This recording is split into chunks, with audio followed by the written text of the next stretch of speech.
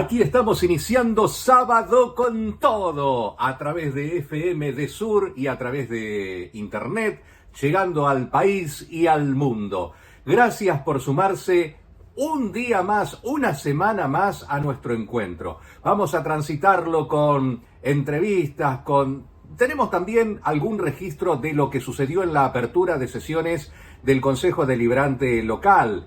Y bueno, no le anticipo quiénes van a ser nuestros entrevistados, pero sí le quiero comentar que vamos a ir transitando a lo largo de nuestro programa de hoy distintas temáticas que tienen que ver con la región, con la provincia, con el país. Así que bueno, espero que estén cómodos allí para pasar estos 120 minutos que les proponemos cada sábado desde aquí, desde FM de Sur. El saludo como siempre a toda la gente que hace posible este programa, a los auspiciantes, a nuestro operador técnico hoy y también a toda la gente, a Dieguito que con su esfuerzo pone en el aire esta radio, a toda la nueva programación que se empieza ya a sumar de a poquito al calendario 2025 en FM de Sur. Así que bueno, vamos iniciando nuestro programa y estamos en un año electoral, sobre todo somos uno de los 9 municipios que en abril va a elegir sus candidatos o sus concejales, va a elegir sus concejales entre los candidatos que se proponen. Vamos a repasar un poquito cuáles son las listas de candidatos que se proponen para estas elecciones del mes de abril. Ustedes cuando lleguen a la mesa de votación para votar por concejales, saben que hay 2 titulares y 2 suplentes, se van a encontrar con 4 listas, con 4 opciones.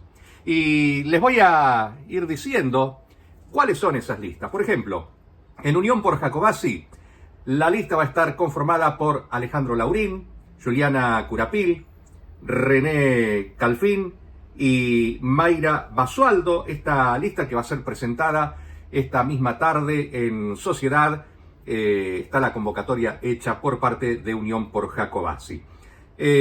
Somos Jacobacci va a presentar como candidatos a concejales, siempre los 2 primeros son los titulares, luego los 2 suplentes, Nicolás Magdalena, Alejandra Andrade, Ariel Zambuesa y Jessica Jara. Ahí tenemos entonces los 4 candidatos de Somos Jacobacci. Comunidad Organizada presenta como propuestas para el Consejo Deliberante a Carlos Lepiante, Daniela Liempe, Lucas Poltronieri e Irma Sabina Rúa para completar esta lista de Comunidad Organizada. En el caso de Renace Jacobacci, que es el partido que representa en Jacobacci a Primero Río Negro, estarán en las opciones para concejales Leandro Roa y Vilma Yáñez por los titulares y completan la lista por los suplentes Evaristo Huentenao y Modesta Fermín. Insisto, la lista Renace Jacobacci que representa a Primero Río Negro en nuestra localidad. Bueno, dicho esto, ya saben ahora cuáles son las opciones con las cuales se van a encontrar en el cuarto oscuro en el momento de la votación en el mes de abril por los concejales. Después vendrán las elecciones nacionales, para lo cual también se está trabajando. Y vamos a recordar que hubo una apertura de sesiones en todos los ámbitos, ¿no? En el ámbito nacional, con el discurso del presidente Milei, con la mitad de las bancas vacías ahí en la Asamblea Legislativa, porque varios bloques decidieron no asistir. Se dio también en ese ámbito una gran discusión con respecto a lo que había sucedido con Facundo Manes y Santiago Caputo y su gente, que lo habían increpado de palabra y hasta parece que hubo ahí algunos golpes. En fin, todas cuestiones que fueron tomando cuerpo a lo largo de esta semana y que fueron un ingrediente más en la vida política nacional, que pusieron de relieve una vez más a Santiago Caputo, el integrante de ese trío de hierro que conforma Javier Milei como presidente, Karina Milei, la secretaria de la presidencia, también hackeada por el tema de las coimas en esta semana. En cuanto a Santiago Caputo, sabemos que es un hombre fuerte en el gobierno, aunque no tiene ministerio, no tiene secretaría, no tiene ninguna designación, sin embargo entra y sale de la Casa Rosada, sabemos, como si fuera el mismísimo presidente. Tiene bajo su cargo gente que le responde ciegamente, tanto en la CIDE, este ámbito de los espionajes, en ARCA, el ámbito de las recaudaciones, de los secretos bancarios, fiscales, todo. En el ámbito de la justicia, muchas relaciones con jueces. Y bueno, también quedó demostrado que tiene relaciones con el periodismo, a partir de la nota que todos vimos que realizó Jonathan Viale, en el cual Santiago Caputo entra y dice: no, esta parte no va, hay que cambiarla, hay que decir otra cosa, dirigiendo la entrevista. Así que Santiago Caputo es uno de los que integran ese trío muy fuerte en el gobierno nacional. Y Karina Milei, les decía, quien también ha tenido en esta semana grandes temas que incluso denuncias penales mediante, la han puesto en el candelero. Porque hay mucha gente que dice: Karina Milei cobra para que podamos sentarnos a hablar con el presidente. Lo decían en campaña ya, ahora lo siguen asegurando. Es más, tenemos acceso, cualquiera en YouTube tiene acceso a la nota que en su momento se le registró a Pallarols, el artesano que históricamente ha realizado los bastones presidenciales y que en esta oportunidad no fue el elegido. ¿Por qué?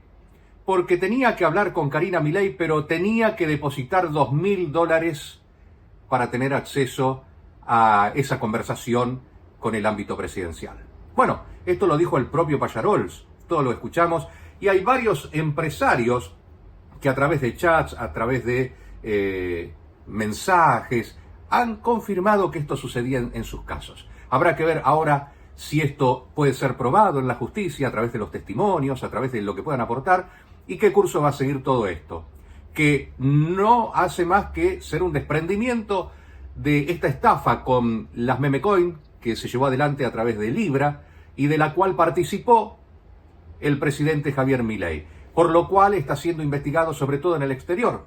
Aquí muy lentamente el fiscal Tayano sigue requiriendo pruebas, testimonios, pero bueno, en el exterior, donde perder $1 millón, 5 millones o 10 millones de dólares no es poca cosa, no se quedan con los brazos cruzados y entonces embisten contra las personas que tuvieron lugar en esta cadena de producción de este fraude que significó Libra y que involucra obviamente al presidente Javier Milei.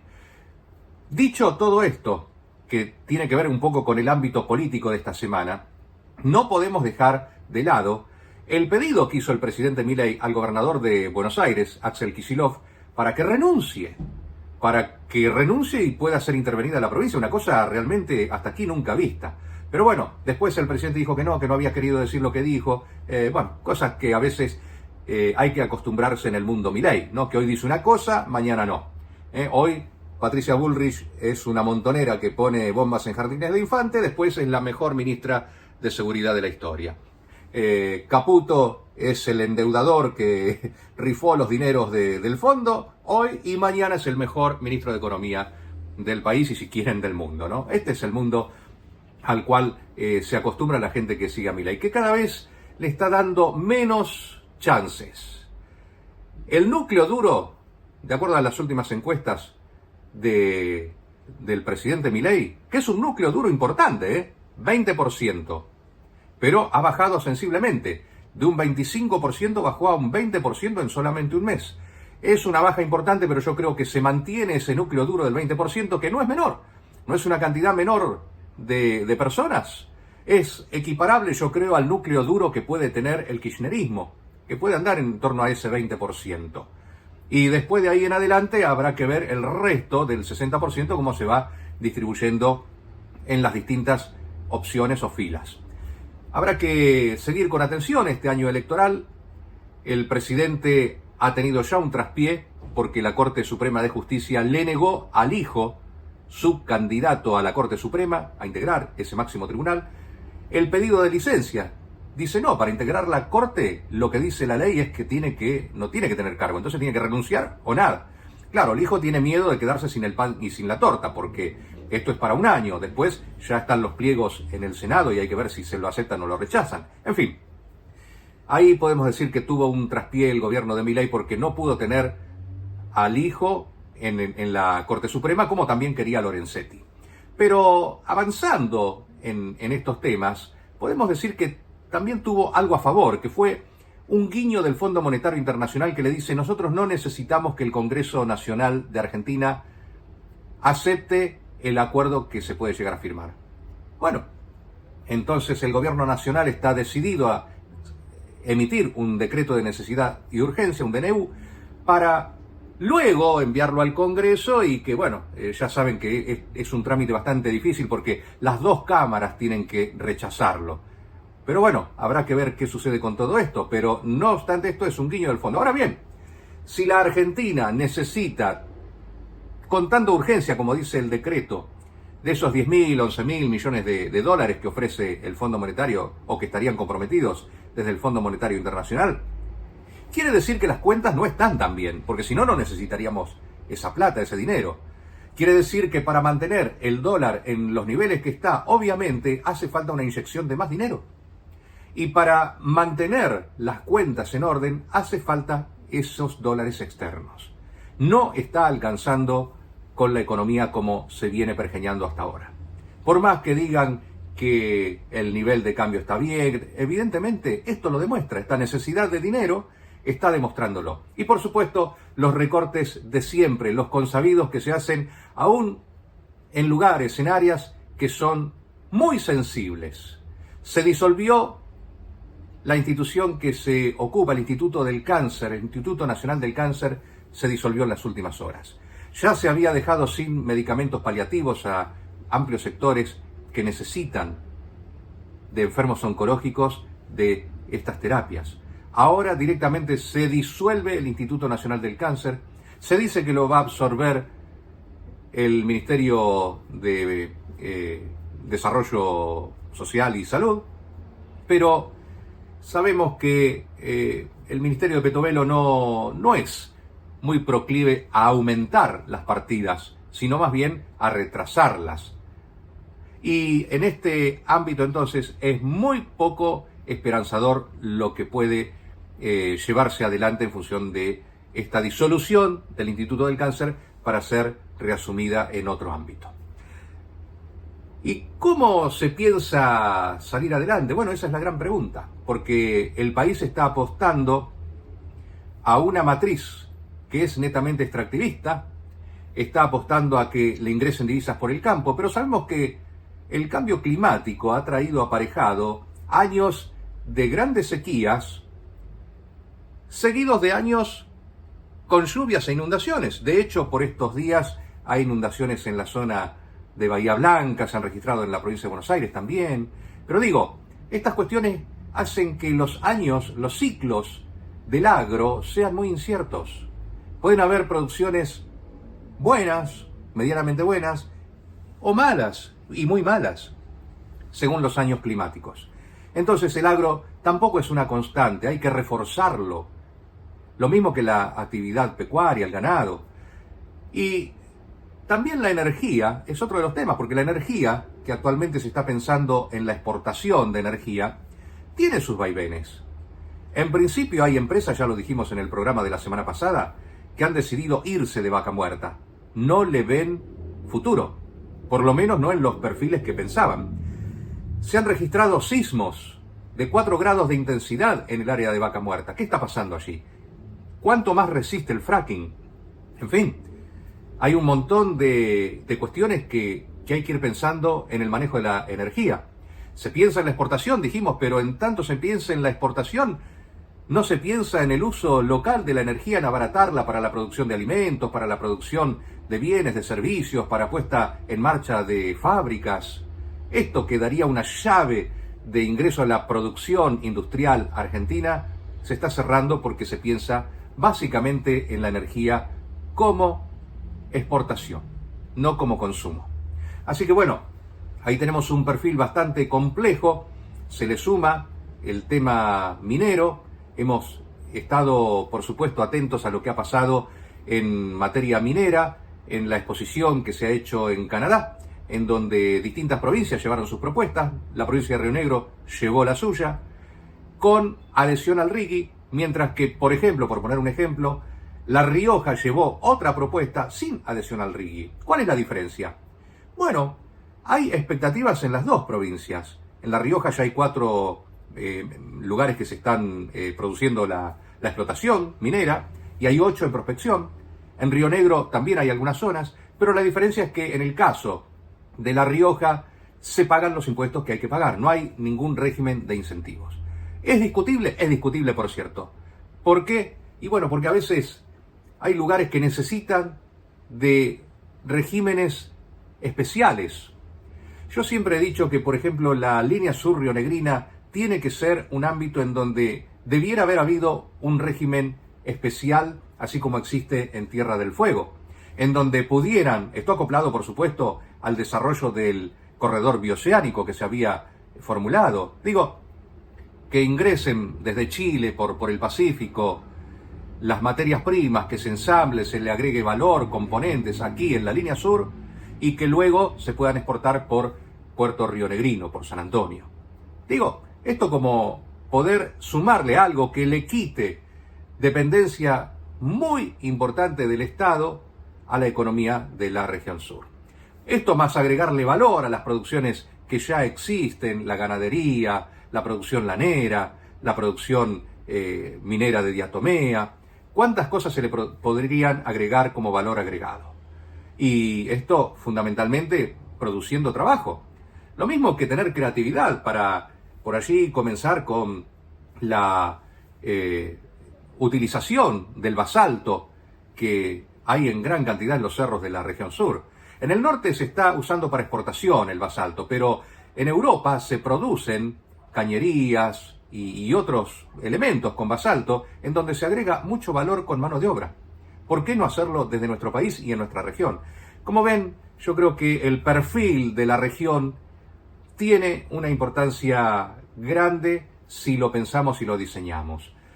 Por ahí siempre recuerdo yo que cuando le pregunté a un gobernador sobre el tema minero de Calcatreu, él decía que bueno, que si se llevaba adelante el emprendimiento minero, él iba a pedir, entre otras cosas, que las empresas se hicieran cargo de un acueducto que trajera agua, ya sea del Limay o del Río Negro, para la región sur, para no tener cuestiones que dependan de la utilización del agua. Esto fue hace varios años, por supuesto. Supongo que habrán habido cambios, habrán habido mejoras en los procedimientos, pero estaba en carpeta esto, que independientemente del fin con el cual haya sido concebida esta idea, digo, sería muy bueno que en algún momento, como obra pública, alguien pensara en irrigar las ciudades para consumo humano con agua proveniente de los ríos, un acueducto, para que luego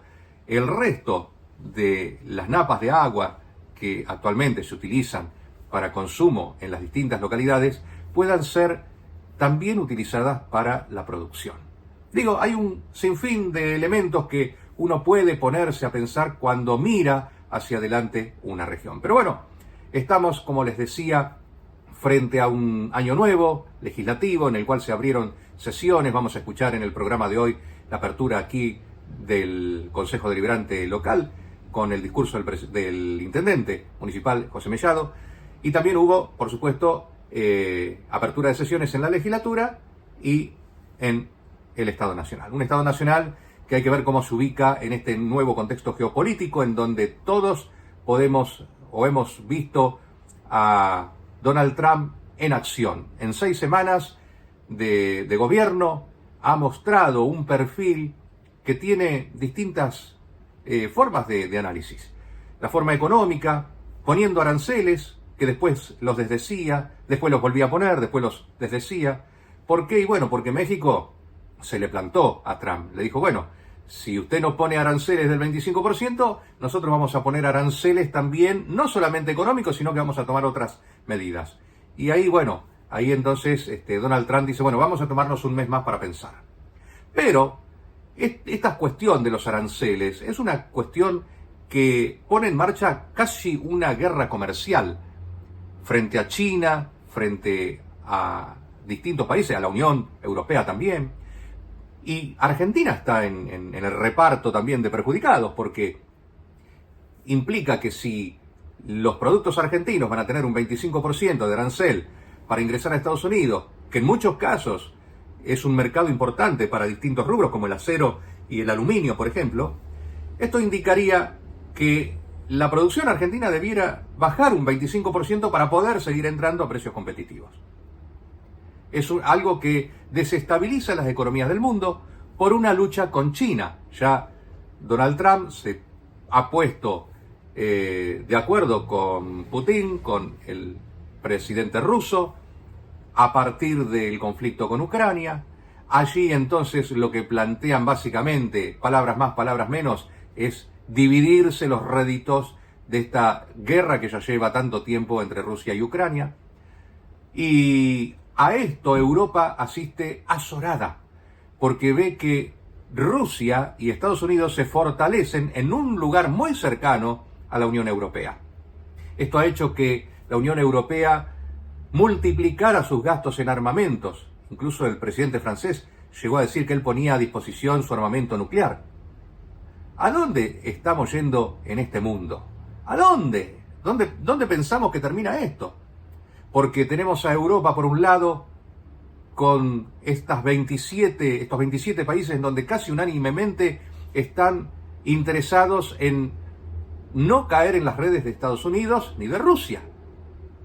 Y tenemos por otro lado la intención del gobierno de Estados Unidos de avanzar económicamente, sobre todo frente a lo que significa China, y tenemos a Rusia que también pretende desde otro lado ir filtrándose en territorio europeo.